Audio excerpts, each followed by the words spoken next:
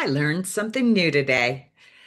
I was listening to the podcast Housing Wire Daily with lead analyst Logan Mohtashami, and I learned a little bit more about the difference between new sales and existing home sales.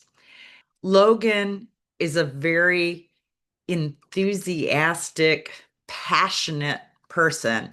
Now, granted, I listened to it at 1.25 speed, so he sounds even more exaggerated. But uh, I thought some of the things he said were extremely interesting today.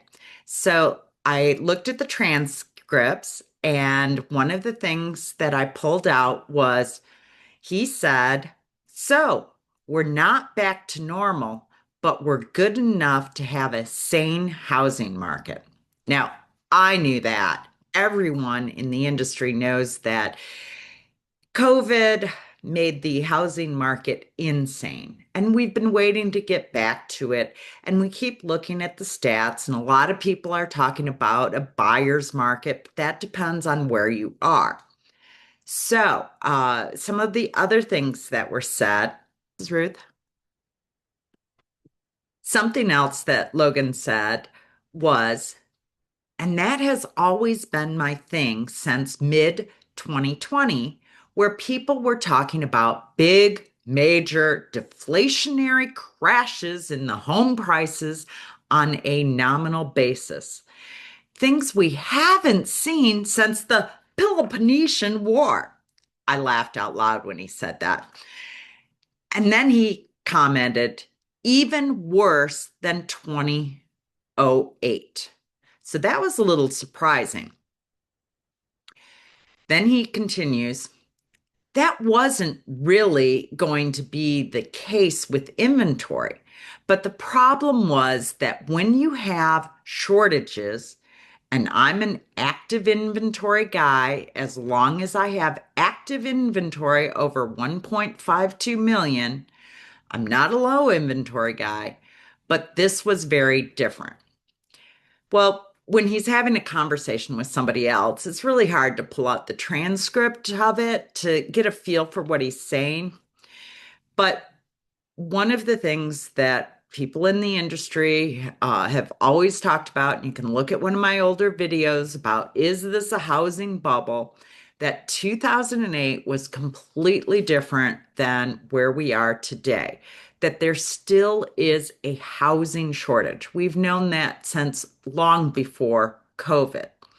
So, one of the problems when there's a shortage, it's the supply and demand. Prices go up when supplies go down, etc. But I want to continue. Sarah Wheeler, who is the person who is interviewing Logan, asked, okay, so I know that the existing home sales market is so much bigger than the new home sales market. From your perspective, does that happening, does what's happening in the new home sales market have any impact on prices in the existing home sales market? I was so glad Sarah asked that. I have not really paid attention to new sales versus existing home sales. I know that they're separate, but really, I know nothing about new home sales.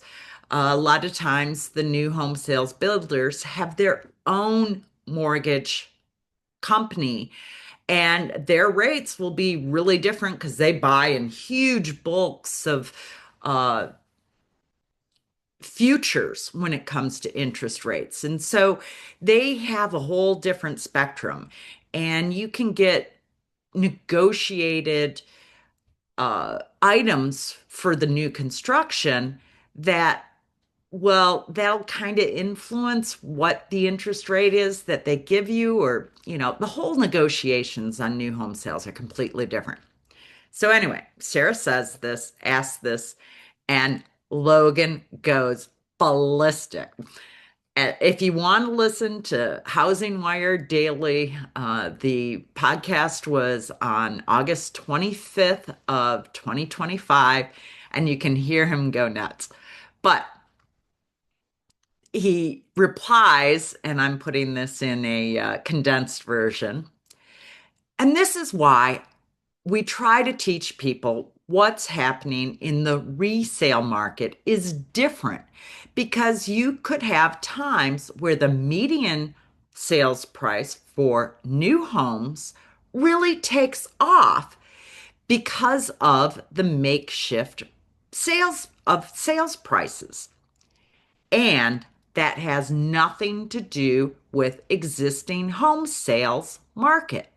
So, two very different things because what's happening in new sales market is actually very, very, very healthy. Very.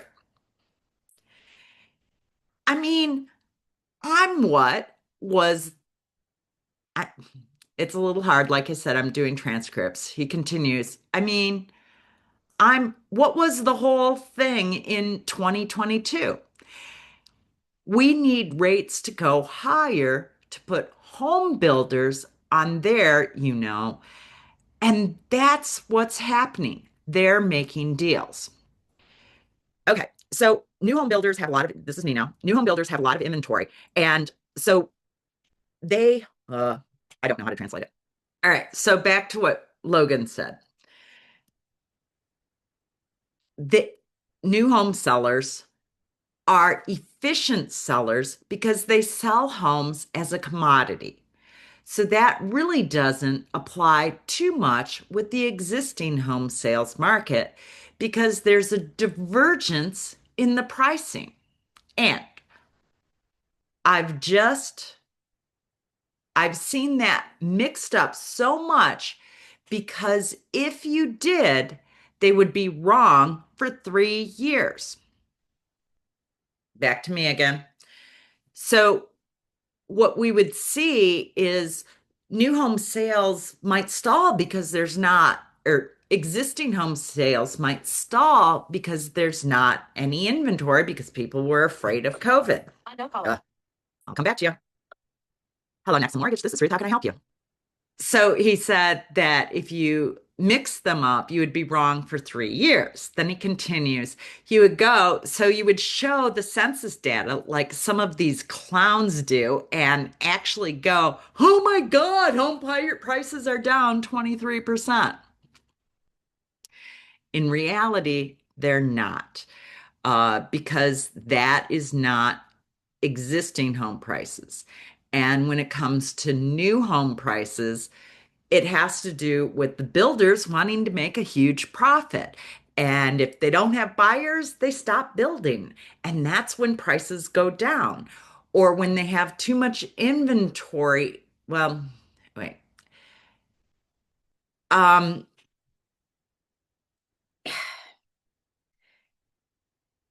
so that's not the case.